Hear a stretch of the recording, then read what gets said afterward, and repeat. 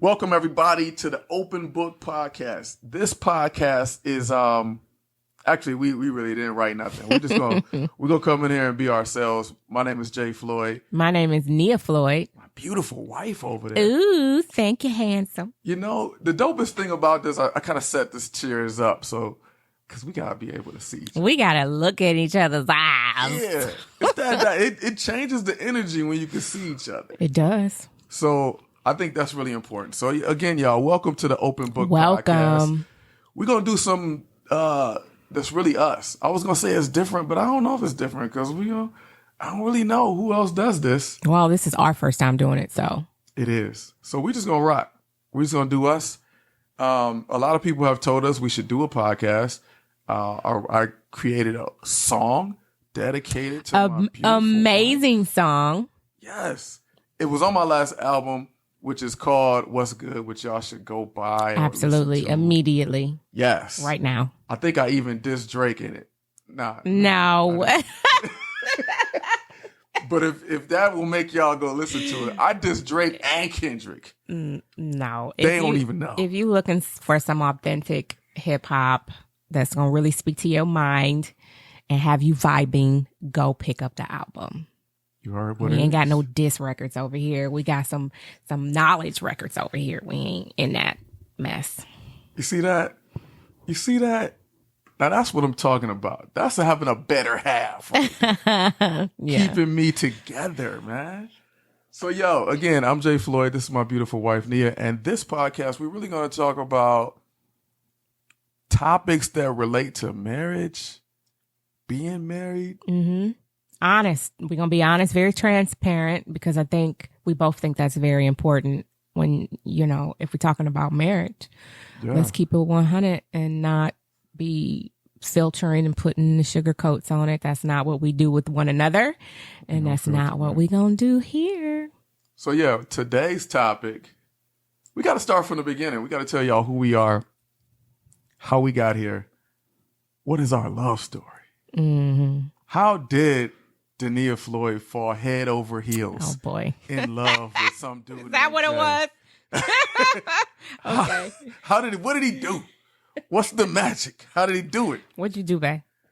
You know what? I can't reveal all the secrets. They gotta we gotta have Patreon or something. Okay, that's what we need. The game is to be sold, not told. Okay. Well, where do you want to start? Whew. Oh man. Okay. So, how long have we been married? Almost 12 years. Almost 12. A dozen. Mm-hmm. How long have we known each other, though? About 14. Yes. Yeah. Almost exactly roughly 14 when we met. Mm-hmm. All right. So, So here's kind of like what was going on in my life. Yeah. Uh-huh. When I stumbled upon this beautiful treasure sitting in front of me. I was a bachelor. You know what I'm saying? I was doing bachelor things, Mm-hmm. I was a little messed up in the head, a little messed up in the spirit, struggle mode a little bit.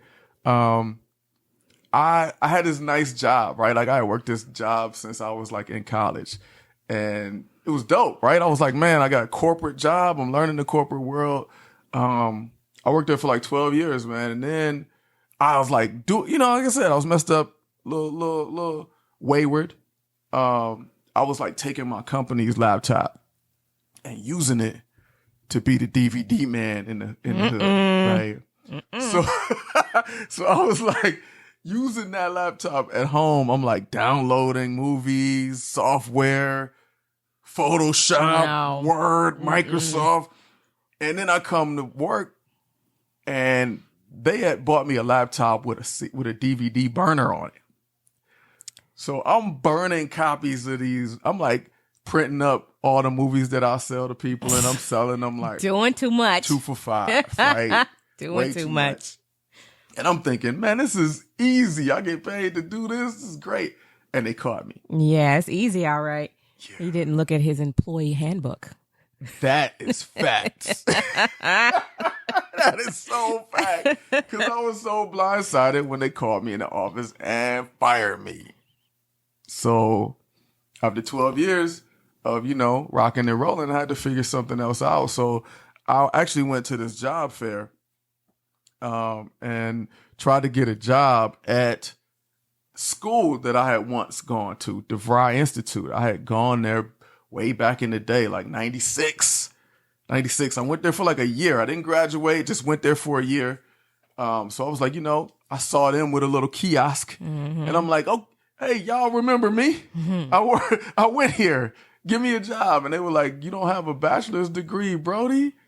You can't work here. You got to put in that work. And I was like, oh, they were like, well, you can sign up for some classes to get that degree. And then maybe we'll hire you. So I was like, okay. So I signed up.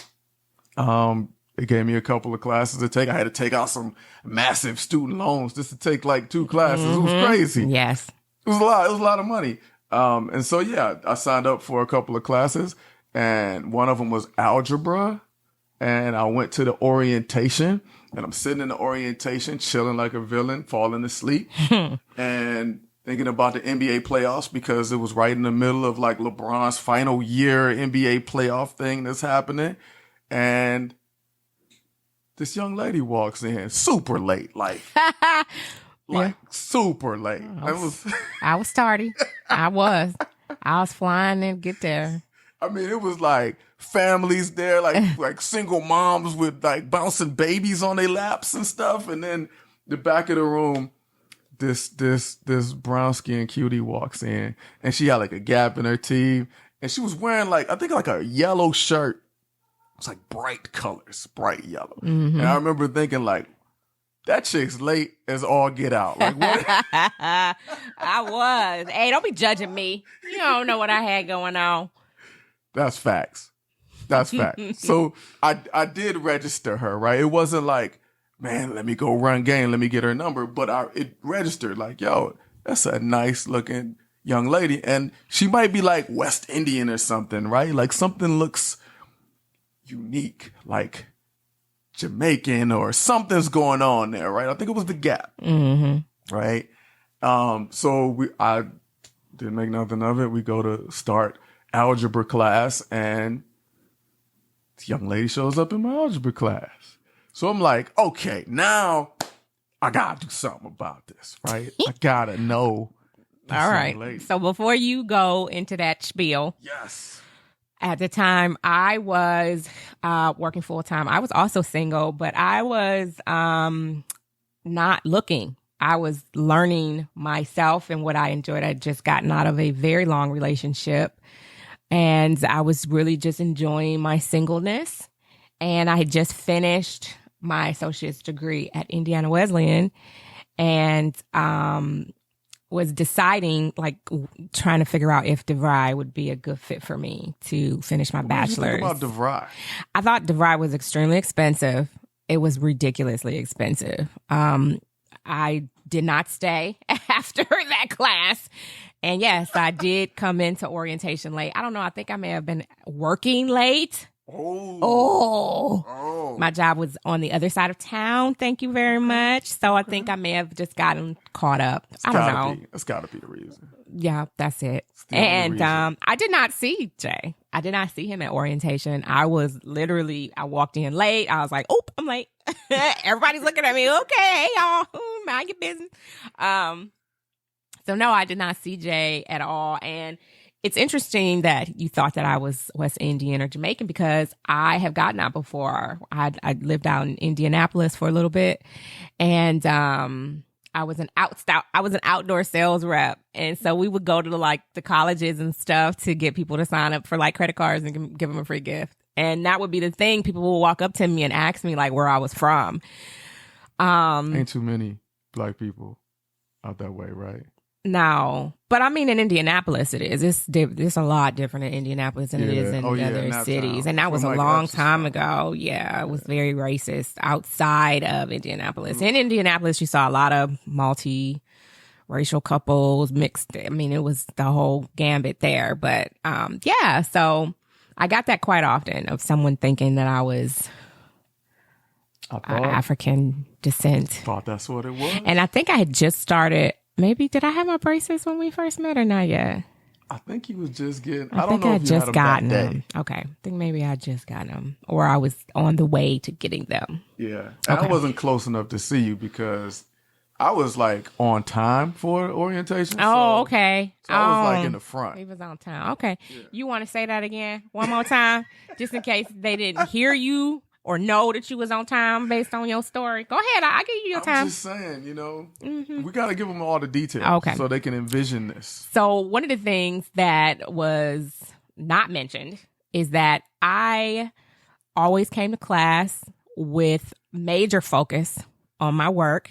So I normally had my headphones in and was glued to the screen. And the class that we were taking, the algebra class that we were taking, it was really kind of work at your own pace. So you could come in whenever you wanted to, as long as you did what you needed to do and you got the assignments in at the time you needed to get them in. So I was kind of in and out. I did not try to make friends. I did not try to make eye contact with anybody. That was not what I was there for. I was there to get that work done.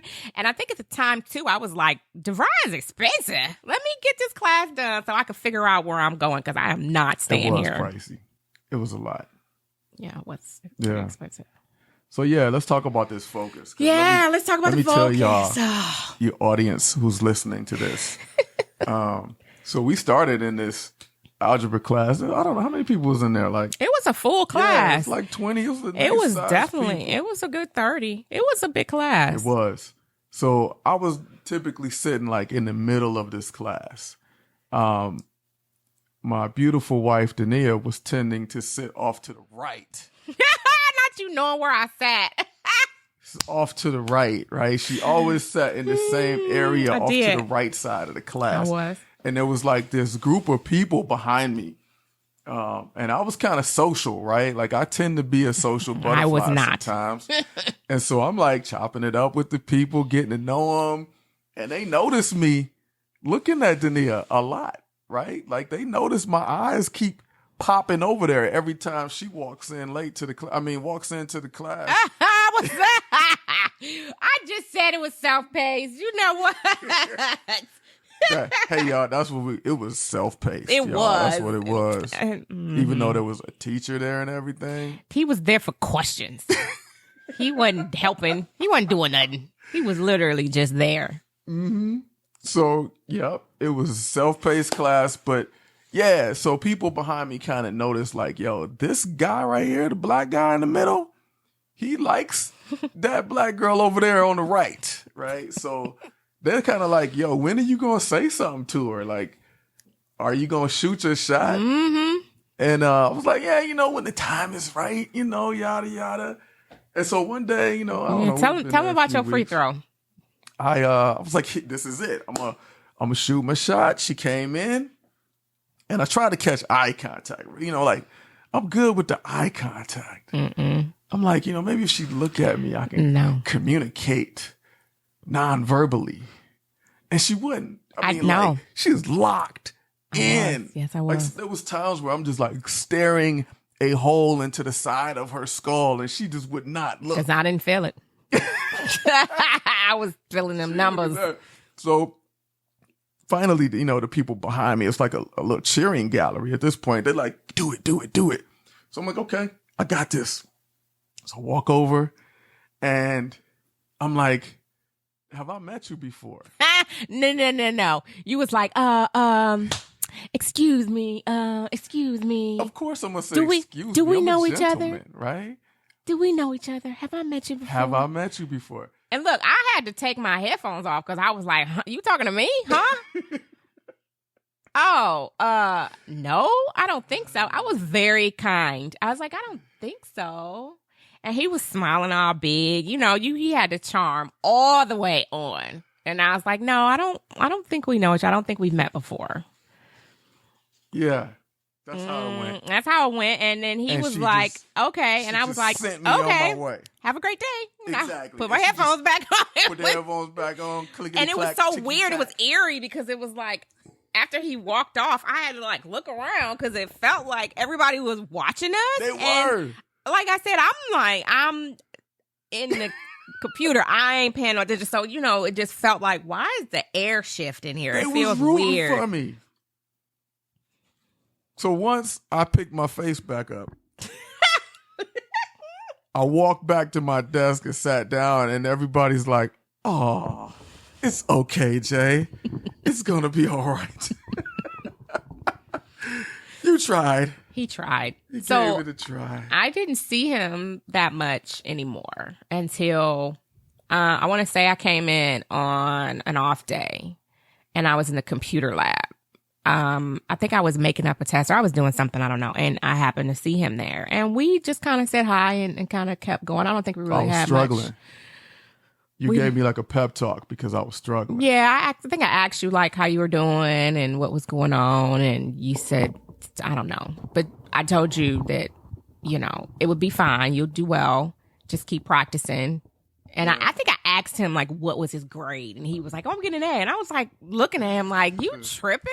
Like, when you on here stressed out? Like, and where, buddy? Okay. I just was like, well, if you got an A, you're going to do great. And so kept moving. Here's full context of it, right? Like, in school, growing up, I was a straight A student, right? Like, I was a gifted student and math was my expertise. I went into college and I didn't have a real good work ethic. I was super lazy. So when I came into college as a freshman, I was taking like calculus. And so when I got into the corporate world, I just stopped going to college. I just stopped going. I got my associate's degree and kept working.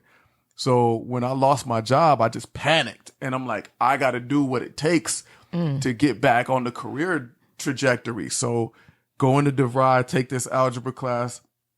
But I immediately got another job.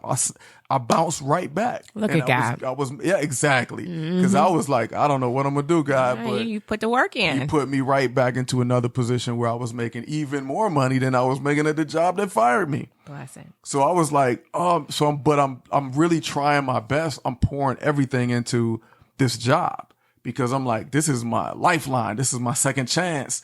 So I'm going to put everything into it. So college at that point, taking this class was like, I just wanted to take that class to get a job, but now I'm back. So it was kind of an afterthought for me. And I was working so much that it was a struggle for me to put in the work that I needed in this class. So I was struggling. I really wasn't putting in the time to study any of that stuff. So when it came time to like take the test, I was like, let me come in on the weekend because my weekdays is locked. I'm like struggling.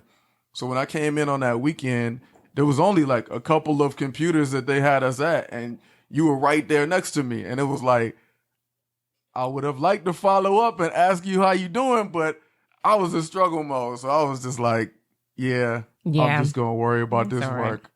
So we seen each other the last class, because I think that was maybe the weekend prior to the last class. And we saw each other the last class, and, I seen him.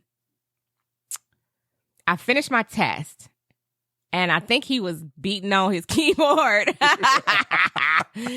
And I was leaving. Or maybe that was when I seen you on Saturday that you was beating on your keyboard. But either way. One of the two. I was leaving. I finished my test, and I was leaving, and I had to walk past him. And I was like, okay, well, take care. See you later. And he was like, all right, have a nice day, Nia. And I was like, does he know my full name? Because, my name is not common. So most people, when they meet me, sometimes they remember, sometimes they don't, or they don't say it correctly. So he was like, for him to say my full name, to remember it, and we only spoke like once or twice. It was just kind of like, okay, you remember my name. That's what's up. So I'm leaving out of the building, and I'm getting in the car, headed out, and I get this text message. I'm on Facebook. I get this Facebook message, and I just joined Facebook. I was super late to the game. And the message said, what did it say, babe? I know you don't think I'm gonna let you get away that easy. I was like, who is this? Okay, he got my attention. You see what I'm saying? It worked. Who is this? What I tell y'all, the game is to be sold and not told. So we dated very briefly, very quickly. We dated for, it was probably a couple months we dated. It was very fast. Yeah. It was like 0 to 100. But it actually, quickly. It was like a lot going on for that, right? Mm-hmm. So right at that time, we started like texting each other. From that time I reached out to her on Facebook, we started, going hot and heavy with text back and forth. And we had agreed to like meet up on Father's Day. Yes. And we were going to go. It was a place we were going to go to. It was a restaurant downtown. It's not open anymore. I can't remember. Fat Fish Blue or something like that. There you go. We were going to go. I'd never been. Neither of us had ever been. And that was the plan, to go to there. That was a nice restaurant. And we didn't make it. We did not make it. And so to back up a little bit, Nia had been in a long-term relationship. I had also been in a long-term relationship before that, but it had ended a couple of years before I met her, and I had a daughter from that relationship. And so she would come over every morning and then on the weekends. So one of the things about Father's Day, obviously, is always on a Sunday. I needed to go get her. My plan is always, let me go get my kid to be with her father, and then let me go take both of us to be with my father, right? To kind of bridge those generations. So I went to go pick up my daughter, and as I'm picking her up, literally I'm carrying her to the car, I get a call that's like, your dad got sick. Something happened. And it's like, yo, I had just texted with him like, Pops, I'm coming over. Like that, I'll be over there. He was like, yeah, I'm gonna make some ribs. So to get that text was super traumatic. So I hop in the car and I just fly across town to the hospital, and my dad's in there, and me and my daughter get a chance to just talk to him. He seemed cool at the moment, but he actually was a lot sicker than we thought, and nobody knew. And like literally like half an hour after I got there and we talked to him, he passed away. It was just like that. So it was like a super traumatic day. Yeah. And it was like trying to catch up to everything that just happened, right? Like trying to make sense of that whole day was super hard. And I think we connected. Was it that day or the next day? It was that day. Yeah. Rest up, Daddy Floyd. Yeah, we did. We connected. We went to a park in Cleveland Heights, and we stayed in the park the whole night just talking, and really just like getting to know each other. And it really just kind of changed things for us, because like right after that, we kind of just sailed on pretty quickly. So yeah, it was not good timing. It did not last very long in that time frame. At that time I had started to go to a weekend college at Hiram. They had a weekend college for adults who were working. So I would go every 2 weeks and stay on campus in the dorms. And I enjoyed it. I loved it because, I mean, you could take as many classes as you wanted to, Friday, Saturday, Sunday. They had seminars and all different types of things you could take to get credits for, like, you could get like 4 credits that day if you take a 8-hour class. It was insane and amazing. Wow. And it allowed me to have the college experience, even though, I didn't go to college. I went straight to working once I got out of high school. So it was a really cool experience. And, we were kind of it just wasn't a good time. Yeah. And we did not end on a good note. I mean, I thought I was pretty cordial, but wait, we can't tell them the end. And we got to tell them our first date. Oh, yeah. First date. Where did we go? We went to Far East. Yeah. No, we didn't. That's not what it's called. Right? Pacific East. Pacific Lord. East. We went to Pacific East. Was it sushi place? Yeah, it was sushi. We went and had their sushi brunch at my suggestion. Yes. And he comes up to me and gives me this hug, y'all. And it was a low hug. He put one hand around me and the other one he put on my low back, right? low back to pull me in. I was like, what kind of hug is this? What? Because we have this conversation all the time, but I never ask you, what did it feel like? Oh, it gave me the wigglies. I was like, ooh, what is this? This is an interesting kind of hug, all right? I mean, you normally don't get this on a first date. What's going on here? I was not ready for that. I wasn't trying to do that. It just was what felt natural. Sure, he wasn't. So in the moment, this dude was all about astrology. Let me pull out the zodiac. I got this chart. I got this website I go to get my astrology readings. Let me pull it out and see what it has to say about you. And read me. I did. And I don't know what website he went to, but it was pretty accurate. And I was like, oh no, what are we doing here? What are we doing here? I was extremely uncomfortable. Because that had never happened before. Like, normally you go and you chat and you eat, and that was not the case. Yeah. And I was kind of looking like, this is different. This is odd. That's our cats, y'all, here chasing each other around, acting crazy. If they're not fighting, they're doing something. They got themselves in one of our bags. So that's what that noise is at wrestling. But so it was definitely an interesting first meeting for sure. Yeah, I got to say, we talked about my dad, but my mom, rest in peace to my mom, she was big into astrology. She was from Mississippi, and they believe that stuff die hard. Like, so I grew up with that. So not having my mom around, one of the things I kept with me, like when I would meet ladies to figure out if they was for me, I would do what my mom taught me. She was like, look up their chart, see what it is. Yeah, it was disrespectful. I think for me, the biggest thing, because I'm such I like human behavior and stuff like that. I like to see a person's response, to see if it's accurate or not, to see how they respond to reading about themselves. To me, that was probably. And what'd you get?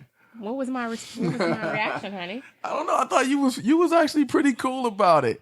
Although you said some things in that first date that we did not talk about yet. What did I say? You said I was your husband. No, that was not the first date. It was not. It was pretty close. It was not. It was. When was it? No, it wasn't the first date. When was it? It was a little while later. It was not the first date. How far? How far do you think it was? I don't know, but I know it wasn't that day. What about you? Also said that you saw a great man of God in me. I did. That was after we talked a couple times. We had went to the the amphitheater. We saw the Black Keys. The Black Keys. We had went on a few dates before. Yeah, but right. So I never I've had that said to me a number of times that, I could see you being my wife or your wife material. How did that feel when people told you that? Alarming. I mean, because I felt like I'm wife material. Yeah. I'm not dating just to date. But also, it would come from these people who had like multiple kids, fresh babies. And I'm not talking like older kids. I'm talking about fresh out the womb babies. And it was just kind of a little alarming. And so I had never I would always just kind of be freaked out a little bit. So to say that to somebody was, I think it was really just kind of an impulsive thing to say. I was going to say, did you think about it beforehand? I don't think I did. I think it just fell out. And it was like, oh my gosh, what did you just say? And I think I said something like, don't think I'm a weirdo or think I'm creepy, but I can see myself being with you for a while. Now, obviously, in hindsight, I would not recommend you say that to somebody that you haven't been with, or, you guys haven't had the conversation, because at the time we hadn't had the conversation. We moved really, really fast. And, I think that, I don't regret saying it. Let me say that. I don't regret saying it. That's what I felt. I was being transparent. Did that scare you? Probably so. Yeah, it scared me. And, it definitely probably changed the trajectory of our relationship at the time, but I don't regret saying it at all. I think I don't know if it changed it. I think it's just, that was what we had to go through, right? I think, one of the things about meeting you and talking about you being a Pisces and stuff like that. Remember I came over your house and you had the shirt on that said you were psychic, and it's like, I do think you have that, right? So you was speaking that, right? Like in the moment, it scared me, and it probably was even weird for you to say, but it's one of those things. It was true. Yeah, it was. And it was just kind of like, well, it's out there. So we'll see where this goes. And it didn't go very far after that. Things kind of went on the sour end. I was, like I said, I wasn't dating to date. I wasn't, I was dating to be a wife. Yeah, and I was dating the date. And at the time, it just wasn't good timing. And I think something happened. I don't know exactly what happened, but I told you that you reneged. Like, I asked you to do something, and you said that you would, and then you was like, no, I ain't doing it. And I was just like, what? And so it kind of caused this big argument. And so we just agreed that, you know, we wouldn't see each other, that we would just be friends. And so I went to your show. You and Speed had a show. Well, wait a second. We got because we got to say it right? Like, this wasn't a we agreed. I was not at that level of self-awareness and maturity to be on some, let's agree to not be with each other. Like, that's not where I was at in life, right? All the way where I was at. I was like, okay, cool. We can just be friends. No biggie. Yeah, see, I remember driving down the street and getting the email that you sent me. Nope, not that. Nope, that we ain't came to that yet. We didn't get there, but you got to talk about that we part will. too. So me and my sister girl, my bestie, and my sister Q, we went to go see him at a show. Him and his bestest and brother. They performed, and we were there supporting. Was that the Allure? I think it was somewhere else. Where was the Allure? Maybe it was the Allure. I think maybe it was. Time for that show. But we were there, and then we kind of had a conversation afterwards because he was like surprised that I was there. He was like, "Oh, thanks for coming." And then it was just kind of like, you know, that's when we decided that we would be friends. And so yes, you're absolutely right. But again, I don't want people to think that I was being mature in that situation. I was just really caught off guard by you asking for like a growth in me, and it's like the things you wanted me to step up and bring to the table was like honesty and be clear and stuff like that. I was absolutely not prepared for any of that. So every time you was like, just be honest with me, I took it as, why did this chick always want to argue? It was like, and I remember that being the conversation outside of that event where it was like, you were asking me like, I want you to be honest with me. And I'm looking like, why did you come here to argue? And that wasn't what it was. I was just trying to have regular conversation. So we agreed to be friends. We went to IKEA. Remember, we took Juliet. We all went to IKEA in Pennsylvania. Another growth point, because again, as a single dad, I want to stress that as a co-parent who was not in any relationship, I was just with my daughter a lot, and I would just kind of lock myself in the house. And let me be clear, we did not have dates where we were with Juliet. Yeah. So that was not something that came later on down the line. I was very protective of that side. Very protective. And as he should be, as he should have been. So we went to IKEA, and then at IKEA, he goes, so, you know, I know we said we're going to be friends, but I think I'm going to go ahead and date somebody else. And it was just like, oh, okay. Well, that's interesting. But yeah, all right, we friends. You know, you do what you do. So we got back from IKEA. He was all funky because I went the wrong way. And he was trying to watch the Michigan game, and he was all in a stint. Yes. And so I had came back to his house that same day. I think I stayed. And I was over there. Maybe not. Maybe it was another day I came. But anyway, I was there, and another day Juliet was there. And I just seen him like holed up in his room. And he was on his laptop. Mm-hmm. And like, he was like there. And here it is. I'm with his daughter, which again, I didn't really spend, you know, she wasn't ever around when I was around. So that was kind of like some of the first communications and interactions that I had with her. And I'm thinking like, wait a minute. We need to think about this situation because this ain't sounding right. And this is not sitting well in my spirit. So we don't work. Okay. Mm-hmm. And yeah, I said we were going to be friends, but here it is. I'm at your house and you off doing whatever, probably talking to whoever it is you're talking to now. And why am I here? Mm-hmm. We're not having a friendship. You didn't went off and did you doing you. So I think once I got home and really sat down and thought about everything, I was like, no.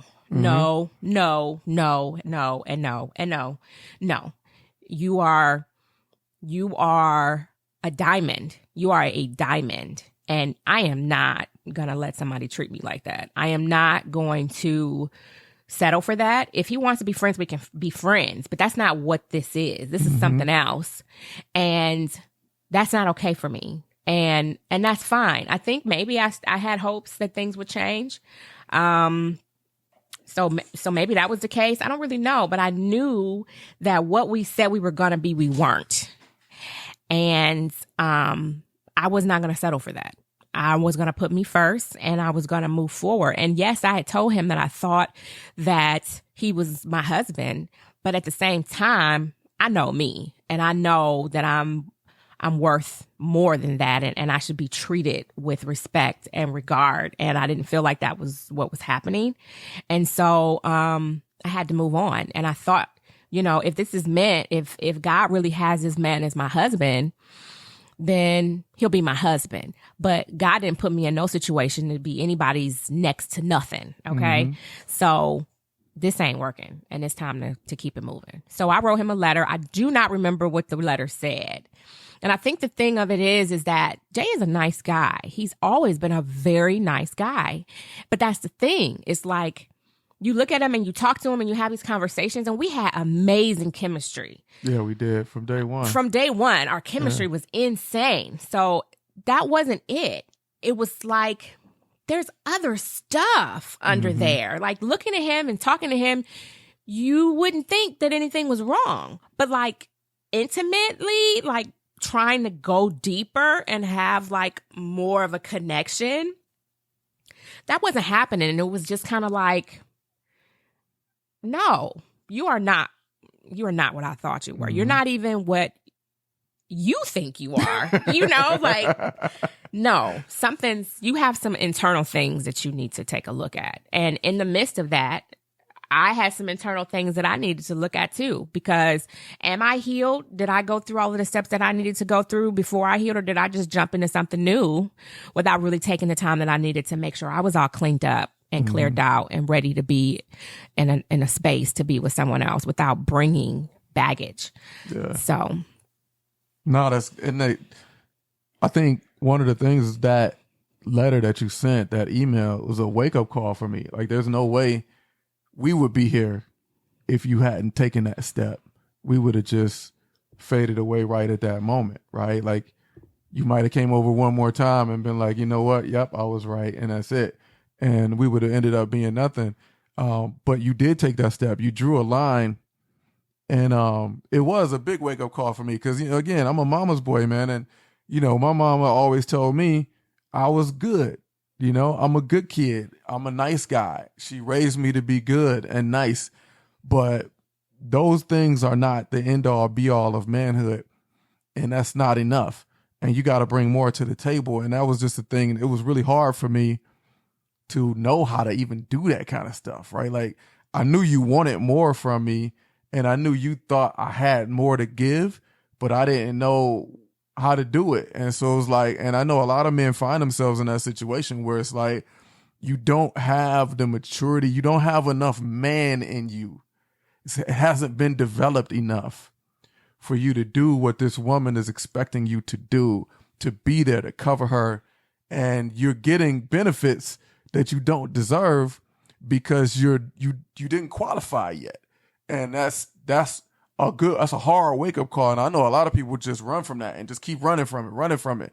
And I thank God that you sent that letter because I remember that feeling of reading it.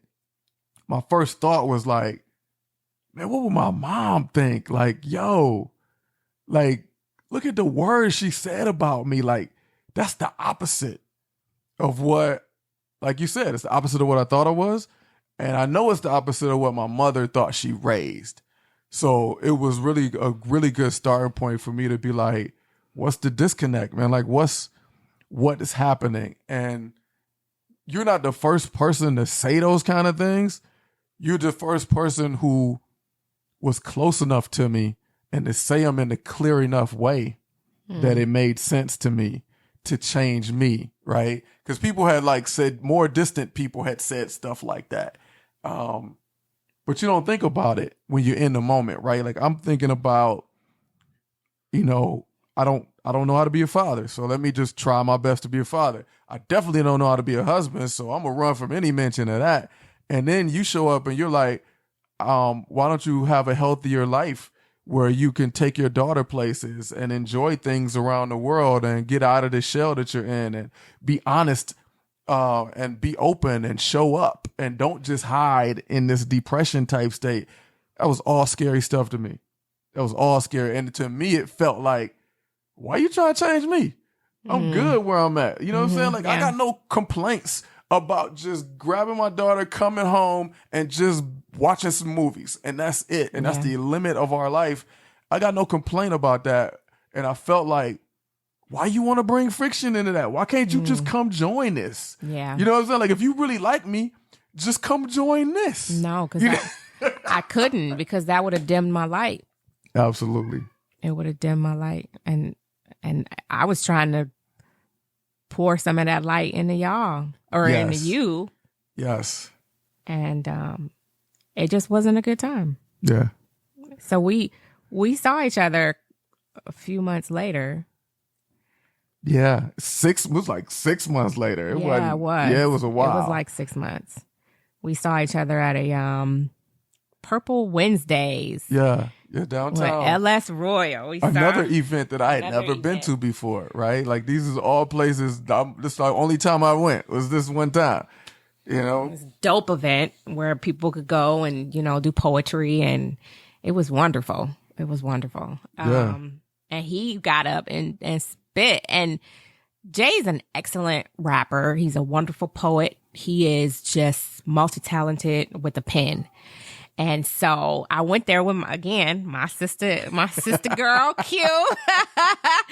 We were there. What up, Q? And she was like, "Oh, you see who on the stage?" And by that time, I mean, it's 6 months later. I had been to myself. I wasn't dating. I wasn't interested in dating. I was really just doing really well. And I was like, okay, well, I mean, he here. So let's hear what he got to say. And he got up there and he did an amazing job like he always does. And I seen him and I told him and I kept it moving. Yeah. And I did not. So in that 6 months, like Babe said, she was single and healing and doing these great things. I was not. I was a mess. Right. So I just kept like crashing. I was doing the same womanizing that I was doing when she met me. I had not figured anything out other than this is unsustainable, right? Like, this feels horrible. And I was kind of lost. I was actually way more depressed than the first time she met me, and was way more in a bubble than the first time she met me. Like, I was just locked into my house, man. Just let me just go grab my daughter, come home, watch TV. So yeah, I got up there, I performed, and when I was on stage, I saw her. And in my mind, I was like, I'm gonna direct some of this towards her, so I can get her attention. One of the things, man, and I know I talk about this a lot, and it probably sounds contradictory, is that, man, poets, we be on some F-boy ish. You know what I'm saying? Like, and I'm just self-aware enough at this age to say it. I know a lot of dudes probably won't say it. But, man, a lot of the reason we be up there is to get that attention. And we be manipulating that attention, So, yeah, when I got up there, my instinct was me trying to manipulate that attention to get her back. And so, yeah, when I hopped off stage, I was like, let me make my way around to see her, sweep her off her feet. And I walked over, remember? Yeah, I do. And you said? I said, hey. Great job. And kept it pushing. I did. He did an amazing job. And I told him, I wasn't going to be mean. What for? Yeah. What for? But she did not exude the energy that I desired her to exude, right? It wasn't like, oh, it's Jay. I really miss this guy. I wish I hadn't swept him out of my life. No, He's great. Sir. No. It was not that. It was not that at all, because I had moved on. Yeah. I moved on. So next thing you know, I get this text message. Like, is it okay to text you? I'm like, who is this? So you didn't even recognize my number? I didn't, because I deleted your number. You see that? When I moved on, I moved on. Once I was like done, it was it was it. You hear that, y'all? She moved on. I did because I deleted your number. I went through the whole gambit of emotions through a breakup. She burnt the sage in the house. I did not burn the sage, but I prayed strong. And, so no, I didn't have your phone number in my phone. And so I asked, like, who is this? I know it. I was like, can I give you, I was like, can I talk to you? And she was like, who this? And I was like, who that? I was so crushed. But listen, y'all, I've always been more wolf than sheep. So I'm always like, I'm going to assertively go for what I want. Mm-hmm. Even if I lose in the end, it ain't going to be because I didn't show up to the game. So I was like, I'm just going to call her, man. He did. And he did. He called me and he's like, can I come over? Can we meet up? Can we hang out? And I was like, oh, yeah, okay. Yeah, you can come on over. You can come to my place. And I'm thinking, I know he don't think he about to come over here and think that we just going to pick up where we left off, because that is not what's going to happen. This is facts, right? You have some questions that you need to answer. And let's just be real. When we first dated, we was hot and heavy, right? Like premarital sex and all of that. We were in it. We were all the way in. So yeah, when she allowed me to come back over, she did make it very clear, like, that's not what you over here for, bro. We're not going to go down that. We're not going to travel that same road. No. But when I got over there, she was watching her favorite movie. I was watching one of my favorites, Just Right. Just Right. Queen Latifah and Common, who, messed up, right? He messed up. See? But that wasn't why I was watching it. I just really liked that movie, and it just happened to be on. I was like, this movie's a message. And so we watched the movie, and then afterwards, I was like, okay, so let's talk. Well, we forgot one key detail, y'all. What's the key? As we were watching the movie, she was on the couch, and I sat on the floor in front of her, and she rubbed my head, y'all. Yes, I was playing in his hair. I was. She was, y'all. I was. I think that's why he thought. Oh. You know why she did? Why? She remembered that low hug. She remembered. It goes a long way. It goes a long way. That's what it was. So we talked. Man, we ain't talked. I got interrogated. Oh, is that what it was? It was like, that scene in Menace to Society was like, you just messed up, right? Well, listen, here's the thing. You made your intentions very clear why you were coming back around, and I needed to make mine clear too. And from there, I told him that we would have to have check-ins every week. We would have a conversation just to kind of see where the other person was. Were we moving too fast? Do we need to slow down? Are we on the same page? Do we feel like taking it to another level? And then that way we don't have to worry about... Do you want to see somebody else? Right. Let's be on the up and up. Let's be as transparent as possible for our own sake. So we can have the conversation and know, like, okay, this ain't working for me, or it is, and let's push forward. So we did that every week. And we would just do check-ins, like every Friday, something like that, just to kind of see what the other was feeling. And just really not just to really have a conversation with each other, but to check in on with ourselves to see if this is where we wanted things to go or if we needed to take a step back. I got to say, I know I give so much credit. Well, one, credit goes to God, but I give a lot of credit to my wife for knowing who she is, knowing what she will and won't tolerate, knowing what she saw in me. A man of God. Yeah. And knowing that she wasn't going to settle for a lesser version of what she saw in me. No, because we would speak on the phone and I would get goosebumps. I would get chills. And I just knew God had something great planned for your life, that he was with you. He was covering you. And I just knew it. I saw it. I saw underneath all of that extra that had piled up on you throughout the years, there was just an amazing man of God underneath all of that. Yeah. Just waiting to break free and shine and shed your light into the world. And I just felt like, I don't know why you have attached me to this man, but I want to be there. I want to be there with him as he goes through this journey. I want to help him shed some of that. I want to help him choose that beautiful beacon of light that you have shining on him. It was just so clear that God had you covered.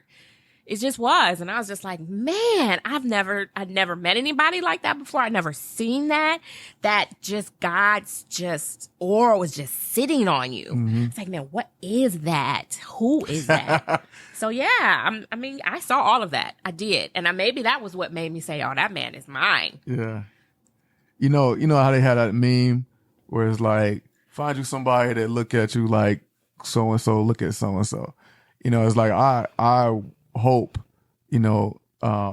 that every dude can find a woman who sees them in a clear way, the way that you see me, right? And not only can just see the potential, because I know a lot of people date off potential, but hold you accountable to grow into that potential, even when it's hard and it causes some conflict and I'm not receptive to it. Hanging in there and knowing that the bigger picture is there. I think that's so important, man. I think we can, just to put a bow on it, man, I think one of the things my wife talked about those check-ins, that was a key, that was the basics for us. That was like us being born again, essentially. That was like that day with that movie was like our baptism, and we got a second chance. And I think those check-ins every Friday was like learning how to walk. Yeah. For both of us. Yeah. It wasn't just for you. It was for both. I needed it too. We both needed it. Yeah. Because we both had growing up to do. It wasn't just, that conversation in the apartment. It was for both of us. It wasn't just me interrogating you. It was, what are we doing? Is this really, do we want this to work? And if we do, what does that look like? Yeah. That's good, y'all. Yo, the final thing that I think ends the beginning of us is Easter. It was Easter, right? It was Easter, and it was another time after that. So yeah, so Easter, that's right. That followed right up. Yeah. Because you hadn't, I called you, and I just happened to be having Easter at my house that year. So it was my turn to cook. And I think I reached out to him and asked him like what he was doing. And he said he was hanging out in the house. And I was like, okay. And I said, well, what are you eating? And he said that he was going to go to Baker Square. And I was like, no, you're not. I'm going to bring you a meal. I'm going to bring you a plate. And I had made like Cornish hens and all kinds of stuff. And so I brought him a plate. I took him a plate over so he could have some food, not from Baker Square. I mean, ain't nothing wrong with Baker Square, but you wasn't gonna have it that day. So I brought him a plate of food over, and yeah, things. It was delicious, y'all. Just kind of picked up from there. I was like, this woman can cook. Yeah, it was. Yeah, picked up from there. And so the next thing that was pretty pivotal in our relationship, and then we can probably, I had asked Jay if he wanted to come to Edgewater Beach to kind of hang out. And he said no. And I was like, okay, no biggie. So I went down there, and oh my gosh, it was such a beautiful day. And I was sitting on the rocks and, took pictures and posted them up, how beautiful it was outside. It was just an absolutely beautiful day. And I had sent him a message and asked him if I could come over. And like we had been going, I don't know, it had been a couple of months after we had our initial chat, and we were doing weekly check-ins, but it was still something was missing. Yeah. Like, it was like, he's not fully in this. No, I wasn't. I'm feeling like there's still some resistance. And I hadn't really saw Juliet. Now, before I met Jay, I was not interested in dating a man with a child. I had done that before. It did not go well. I was not interested. And I remember being at work at the time. I was talking to Kim Peavy, shout out to her, because it was such a pivotal conversation for me. We were talking, and I was like, yeah, I don't want to date a guy with kids. And she was like, why? And I was like, I've been there, done that. I'm not interested.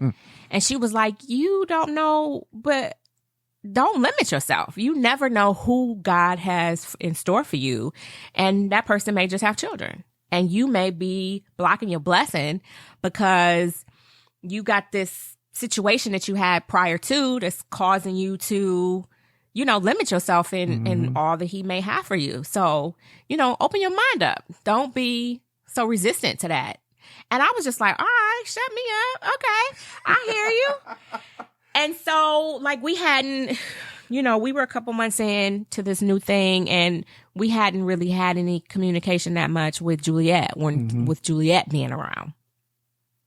And so I went over, and she just happened to be there that day. And I just kind of, I don't know if she was still there or if you were dropping her off or what, but I had just told him, like, you know, I still feel like, you know, that you're holding back.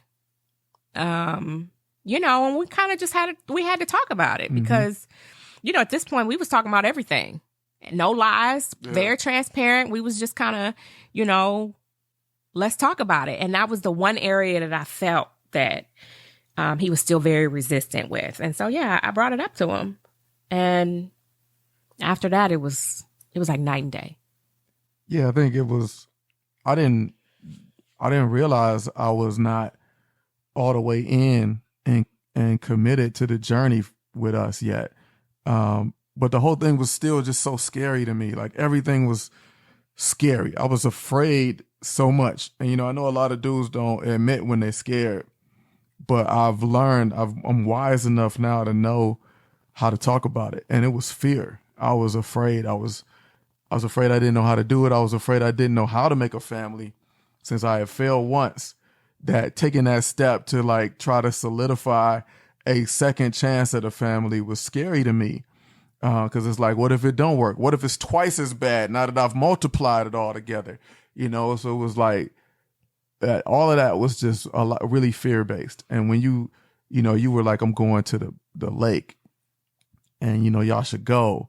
And I'm like, nah, it really was just a lot of folks with depression, you know, they just want to be in a house. They just want to be in a house. They don't want to go out because the anxiety can be crushing. So many things you worry about and you're scared of. So you just don't go out. You stay in. And that's what I was doing. So yeah, you was like, you were saying these words like you should, and I don't feel like you're all the way in. And I could see your mouth moving, but I just couldn't register it. It was one of those. And I remember it was like the first day of my life I ever thought about the Holy Spirit. Cause like, I've always been like, you know, the Holy Ghost, I've been hearing about the Holy Ghost since I was a little kid. My grandmother would talk about it. But that day I was like, is the Holy Spirit trying to talk to me? Like, is that why is this so hard for me to understand? This is coming from a spiritual place and I need to use something that's not my physical ears to hear this. And that was what I was struggling with. Mm-hmm. And when you went, I remember you posted on Facebook pictures, right? You were like at the lake and you was just like looking so happy. And you had your fro out. I did. I had my fro. And you was looking so happy and the sun was behind you. And I remember I looked and I clicked on the picture and it was so clear. For some reason, looking at that picture was like, I got it. It's like, I'm so scared of this, but this is the world. You can't be scared of the world. Like, you got to go out and experience it. You don't know what's going to happen, but you can't be afraid of the world. And so when I saw you out there with like, it was like clear skies behind you and I could see the sun and I was like, it was just a really good picture of go out and experience the world and quit being afraid. You're not going to be certain of everything, but go for it. Take some risks. And yeah, that was the push I needed. Just seeing that, I don't know what it was about that picture, but it opened up something in my spirit where I could hear what the Holy Spirit was trying to tell me. Yeah. I mean, it was amazing. It was like a light flashed on because it was like night and day. It was like, whoa, okay.